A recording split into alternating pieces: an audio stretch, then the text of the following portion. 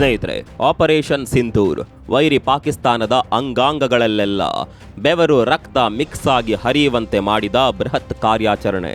ನಿಮ್ಗೆ ಗೊತ್ತಿರೋ ಹಾಗೆ ಅದರಲ್ಲಿ ಭಾರತಕ್ಕೆ ಅತಿ ದೊಡ್ಡ ನೆರವಾಗಿದ್ದು ರಷ್ಯಾದ S-400 ಏರ್ ಡಿಫೆನ್ಸ್ ಸಿಸ್ಟಮ್ ಅಥವಾ S-400 ವಾಯು ರಕ್ಷಣಾ ವ್ಯವಸ್ಥೆ.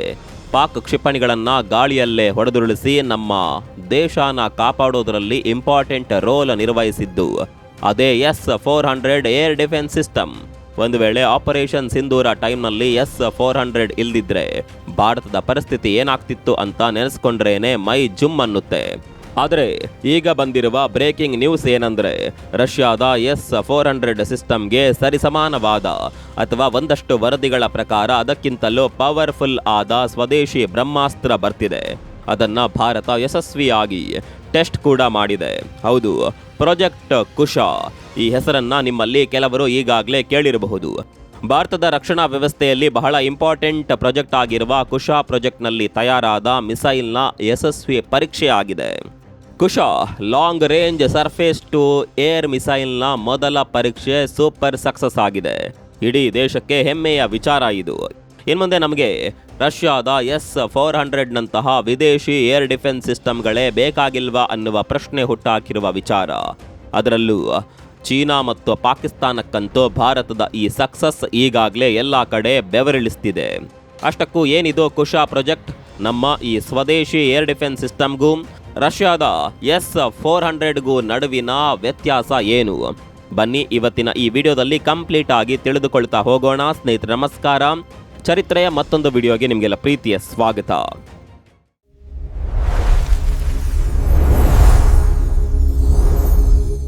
ಸ್ನೇಹಿತರೆ, ಮೊನ್ನೆ ಅಷ್ಟೇ ಅಂದರೆ ಜುಲೈ 23ನೇ ತಾರೀಕು ಗುರುವಾರ ಭಾರತದ DRDO ಒಂದು ಚಾರಿತ್ರಿಕ ಮೈಲುಗಲ್ಲು ನೆಟ್ಟಿದೆ.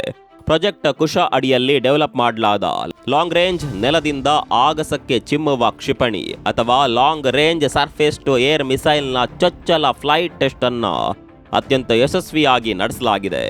ಇನ್ನು ಸಿಂಪಲ್ ಆಗಿ ಹೇಳ್ಬೇಕಂದ್ರೆ, ನಮ್ಮ ದೇಶದ ಕಡೆಗೆ ಚೀನಾ ಆಗಿರಬಹುದು, ಪಾಕಿಸ್ತಾನ್ ಆಗಿರಬಹುದು, ಯಾವುದೇ ವೈರಿ ರಾಷ್ಟ್ರಗಳು ಯಾವುದೇ ಮಿಸೈಲ್, ಡ್ರೋನ್ ಅಥವಾ ಫೈಟರ್ ಜೆಟ್ಗಳನ್ನು ಹಾರಿಸಿ ದಾಳಿ ಮಾಡೋದಕ್ಕೆ ಪ್ರಯತ್ನ ಪಟ್ಟರೆ ಆ ಮಿಸೈಲ್, ಡ್ರೋನ್ ಅಥವಾ ಫೈಟರ್ ಜೆಟ್ ನಮ್ಮ ಗಡಿ ತಲುಪೋದಕ್ಕೆ ಮುಂಚೆನೆ ಗಡಿ ಆಚೆನೆ ಅವುಗಳನ್ನು ಹೊಡೆದು ಪುಡಿ ಪುಡಿ ಮಾಡುವ ಒಂದು ದೈತ್ಯ ಕಬ್ಬಿಣದ ಗುರಾಣಿ ಅಥವಾ ಏರ್ ಡಿಫೆನ್ಸ್ ಸಿಸ್ಟಮ್ ಇದು. ಒಂದೆರಡಲ್ಲ ಸ್ನೇಹಿತರೆ, ಭಾರತ ಸರ್ಕಾರ ಈ ಪ್ರಾಜೆಕ್ಟ್ಗಾಗಿ ಬರೋಬ್ಬರಿ 21,700 ಕೋಟಿ ರೂಪಾಯಿ ಬಜೆಟ್ ಇಟ್ಟಿದೆ. DRDO ಜೊತೆಗೆ ನಮ್ಮ ದೇಶದ ಖಾಸಗಿ ಮತ್ತು ಸಾರ್ವಜನಿಕ ವಲಯದ ಹಲವು ರಕ್ಷಣಾ ಕಂಪನಿಗಳು ಒಟ್ಟಿಗೆ ಕೈಜೋಡಿಸಿ ಈ ಅದ್ಭುತ ಆಯುಧವನ್ನ ರೆಡಿ ಮಾಡಿವೆ. ಹಾಗಿದ್ರೆ ಕುಶಾ ಸಿಸ್ಟಮ್ ಹೇಗೆ ಕೆಲಸ ಮಾಡುತ್ತೆ ಅಂತ ನೋಡೋದಾದ್ರೆ, ಸ್ನೇಹಿತರೆ, ಈ ಕುಶಾ ಏರ್ ಡಿಫೆನ್ಸ್ ಸಿಸ್ಟಮ್ ನಮ್ಮ ದೇಶದ ಗಡಿಗೆ 3 ಹಂತದ ಸೆಕ್ಯೂರಿಟಿ ಕವರ್ ಮಾಡುತ್ತೆ. ಈಗ ಜಸ್ಟ್ ಒಂದು ಲಾಂಗ್ ರೇಂಜ್ ಮಿಸೈಲ್ ಪರೀಕ್ಷೆ ಮಾಡಿರಬಹುದು, ಆದರೆ ಇಷ್ಟಕ್ಕೆ ಮುಗಿಲಿಲ್ಲ. ಕುಶಾ ಏರ್ ಡಿಫೆನ್ಸ್ ಸಿಸ್ಟಮ್ನಲ್ಲಿ 3 ಬೇರೆ ಬೇರೆ ರೀತಿಯ ಮಿಸೈಲ್ಗಳಿರ್ತಾವೆ. ಇವು ವೈರಿ ಆಕ್ರಮಣವನ್ನ 3 ಹಂತಗಳಲ್ಲಿ ತಡೆಯುತ್ತವೆ. ಮೊದಲ ಹಂತ, ವೈರಿಯ ಮಿಸೈಲ್ ಅಥವಾ ಜೆಟ್ ನಮ್ಮ ಗಡಿಯಿಂದ 150 ಕಿಲೋಮೀಟರ್ ದೂರದಲ್ಲಿದ್ದಾಗಲೇ ಇದನ್ನ ಉಡಾಯಿಸಿ ಹೊಡೆದುರುಳಿಸುತ್ತೆ. ಎರಡನೇ ಹಂತ, ವೈರಿ ಮತ್ತಷ್ಟು ದೂರ ಇದ್ದಾಗಲೇ, ಉದಾಹರಣೆಗೆ ಒಂದು ವೇಳೆ ಪಾಕಿಸ್ತಾನ ಎಲ್ಲಿಂದಲೋ ಮಿಸೈಲ್ ಹಾರಿಸಿ ಆ ಮಿಸೈಲ್ ಅಲ್ಲಿನ ರಾಜಧಾನಿ ಇಸ್ಲಾಮಾಬಾದ್ ಹತ್ರ ಬರ್ತಿರುವಾಗಲೇ, ಅಂದ್ರೆ ನಮ್ಮ ಗಡಿಯಿಂದ 250 ಕಿಲೋಮೀಟರ್ ದೂರ ಇದ್ದಾಗಲೇ ಗುರುತಿಸಿ ಹೊಡೆಯುತ್ತೆ. ಇನ್ನು ಮೂರನೇ ಹಂತ, ವೈರಿ ತೀರಾ ದೂರದಲ್ಲಿದ್ದಾಗಲೇ, ಅಂದ್ರೆ ಬರೋಬ್ಬರಿ 350 ಕಿಲೋಮೀಟರ್ ವ್ಯಾಪ್ತಿಯಲ್ಲಿದ್ದಾಗಲೇ ಗುರುತಿಸಿ ನಾಶಪಡಿಸುವ ಸಾಮರ್ಥ್ಯ ಈ ಮೂರನೇ ಹಂತದ ಮಿಸೈಲ್ಗಳಿಗಿವೆ. ಸೊ ಒಟ್ಟಾರೆಯಾಗಿ 350 ಕಿಲೋಮೀಟರ್ ರೇಂಜ್ನಲ್ಲಿ ಬರುವ ಎಲ್ಲ ಶತ್ರು ವಿಮಾನಗಳು, ಡ್ರೋನ್ ಅಥವಾ ಕ್ಷಿಪಣಿಯನ್ನ ನಮ್ಮ ಕುಶಾ ಸಿಸ್ಟಮ್ ತಕ್ಷಣವೇ ಟ್ರ್ಯಾಕ್ ಮಾಡಿ ತನ್ನ ಮಿಸೈಲ್ ಹಾರಿಸಿ ಗಾಳಿಯಲ್ಲೇ ಉಡಾಯಿಸಿ ಬಿಡುತ್ತೆ. ಅವುಗಳ ಅವಶೇಷಗಳು ಕೂಡ ಆ ದೇಶದ ಒಳಗೆ ಬೀಳ್ತಾವೆ. ಒಂದು ವೇಳೆ ಅವು ಗಡಿ ಕ್ರಾಸ್ ಮಾಡ್ಕೊಂಡು ಬಂದ್ರು ನಮ್ಮ ದೇಶದ ಒಳಗೆ ಜಾಸ್ತಿ ಹೊತ್ತು ಹಾರಾಡೋದಕ್ಕೆ ಆಗೋದಿಲ್ಲ. ಅದೇ ಕಾರಣಕ್ಕೆ ಕುಶಾ ಸಿಸ್ಟಮ್ ಅನ್ನ ನಮ್ಮ ಇಡೀ ದೇಶಕ್ಕೆ ಒಂದು ಬಲವಾದ ಭದ್ರತಾ ಕವಚ ಅಂತ ಹೇಳಲಾಗ್ತಾ ಇದೆ. ಈ ನಮ್ಮ ಕುಶಾ ಏರ್ ಡಿಫೆನ್ಸ್ ಸಿಸ್ಟಮ್ ಅನ್ನ ಭಾರತದ ಸ್ವದೇಶಿ S-400 ಅಂತ ಕರೆಯಲಾಗ್ತಾ ಇದೆ. ಸೊ ಇದನ್ನೆಲ್ಲ ಕೇಳಿದ ಮೇಲೆ ಪ್ರತಿಯೊಬ್ಬರ ಮನಸ್ಸಿನಲ್ಲೂ ಉದ್ಭವಿಸುವ ಪ್ರಶ್ನೆ ಏನಂದ್ರೆ, ಇದನ್ನ S-400ಗೆ ಕಂಪೇರ್ ಮಾಡಬಹುದಾ? ಅದಕ್ಕಿರುವ ಸಾಮರ್ಥ್ಯನೇ ಈ ಸಿಸ್ಟಮ್ಗೂ ಇದೆಯಾ ಅಂತ ನೋಡೋದಾದ್ರೆ ಒಂದಷ್ಟು ವಿಚಾರಗಳಲ್ಲಿ ಇದನ್ನ S-400ಗೆ ಈಕ್ವಲ್ ಅಂತ ಹೇಳಬಹುದು. ಹೇಗೆ ಅನ್ನೋದನ್ನ ಸಿಂಪಲ್ ಆಗಿ ಅರ್ಥ ಮಾಡ್ಕೊಳ್ಳೋಣ. ಸ್ನೇಹಿತರೆ, ವೈರಿ ರಾಷ್ಟ್ರಗಳಿಂದ ಗಾಳಿಯಲ್ಲಿ ಬರುವ ಬೆದರಿಕೆಗಳಲ್ಲಿ 2 ಟೈಪ್ ಇರ್ತಾವೆ. ಮೊದಲೇದು ಏರೋಡೈನಮಿಕ್ ಟಾರ್ಗೆಟ್ಗಳು, ಅಂದ್ರೆ ಫೈಟರ್ ಜೆಟ್ಗಳು, ಹೆಲಿಕಾಪ್ಟರ್ಗಳು, ಡ್ರೋನ್ಗಳು ಮತ್ತು ಕ್ರೂಸ್ ಮಿಸೈಲ್ಗಳು.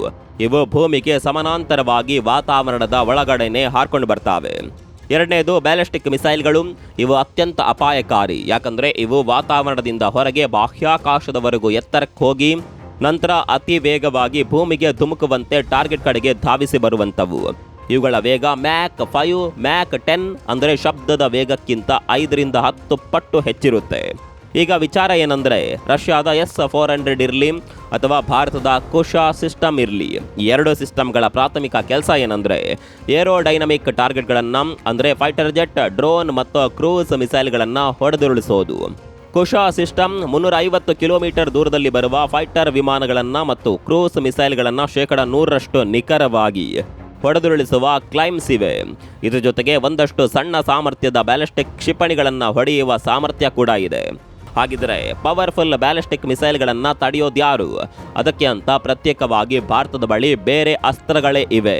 ಉದಾಹರಣೆಗೆ ನಮ್ಮ DRDO BMD ಅಂದರೆ ಬ್ಯಾಲಿಸ್ಟಿಕ್ ಮಿಸೈಲ್ ಡಿಫೆನ್ಸ್ ಪ್ರೋಗ್ರಾಮ್ ಅನ್ನ ಡೆವಲಪ್ ಮಾಡಿದೆ. ಇದರಲ್ಲಿ 2 ಲೇಯರ್ ಇದೆ. ಮೊದಲೇದು ಪ್ಯಾಡ್ ಅಂದರೆ ಪೃಥ್ವಿ ಏರ್ ಡಿಫೆನ್ಸ್. ಇದು ಎಕ್ಸೋ ಅಟ್ಮಾಸ್ಫಿಯರಿಕ್ ಅಂದರೆ ಬಾಹ್ಯಾಕಾಶದ ವಾತಾವರಣದಿಂದ ಹೊರಗಡೆನೆ ಬ್ಯಾಲಿಸ್ಟಿಕ್ ಮಿಸೈಲ್ ಅನ್ನ ಗುರುತಿಸಿ ಹೊಡೆದುರುಳಿಸುತ್ತೆ. ಎರಡನೇದು AAD ಅಡ್ವಾನ್ಸ್ಡ್ ಏರ್ ಡಿಫೆನ್ಸ್. ಇದು ಎಂಡೋ ಅಟ್ಮಾಸ್ಫಿಯರಿಕ್ ಅಂದರೆ ವಾತಾವರಣದ ಒಳಗಡೆ ಬಂದ ಬ್ಯಾಲಿಸ್ಟಿಕ್ ಮಿಸೈಲ್ಗಳನ್ನು ಹೊಡೆದು ನಾಶಪಡಿಸುತ್ತೆ. ಅಂದರೆ ಶತ್ರುಗಳ ಫೈಟರ್ ಜೆಟ್ಗಳು, ಡ್ರೋನ್ಗಳು ಮತ್ತು ಕ್ರೂಸ್ ಮಿಸೈಲ್ಗಳ ವಿರುದ್ಧ ಕುಶಾ ಸಿಸ್ಟಮ್ ಕಾವಲಿದ್ರೆ ಶತ್ರುಗಳ ಬ್ಯಾಲಿಸ್ಟಿಕ್ ಮಿಸೈಲ್ಗಳನ್ನು ಹೊಡೆದುರುಳಿಸೋದಕ್ಕೆ ಮೊದಲ ಫೇಸ್ನಲ್ಲಿ BMD ಸಿಸ್ಟಮ್ಗಳು ಈಗಾಗಲೇ ಕೆಲಸ ಮಾಡ್ತಿವೆ. ಎರಡನೇ ಫೇಸ್ನಲ್ಲಿ ಮುಂದಿನ ಜನರೇಷನ್ನ ಸುದರ್ಶನ್ ಚಕ್ರ ಡಿಫೆನ್ಸ್ ಸಿಸ್ಟಮ್ ಮೇಲೆ ಕೆಲಸ ನಡೀತಾ ಇದೆ. ಈ ರೀತಿ ಭಾರತ ತನ್ನ ಆಕಾಶಕ್ಕೆ 2 ಕಡೆಯಿಂದ ಕಂಪ್ಲೀಟ್ ಲಾಕ್ ಹಾಕಿದೆ. ಹಾಗಿದ್ದರೆ ಜಾಗತಿಕ ಅಖಾಡದಲ್ಲಿ ಕುಶಾ ಎಲ್ಲಿ ನಿಲ್ಲುತ್ತೆ?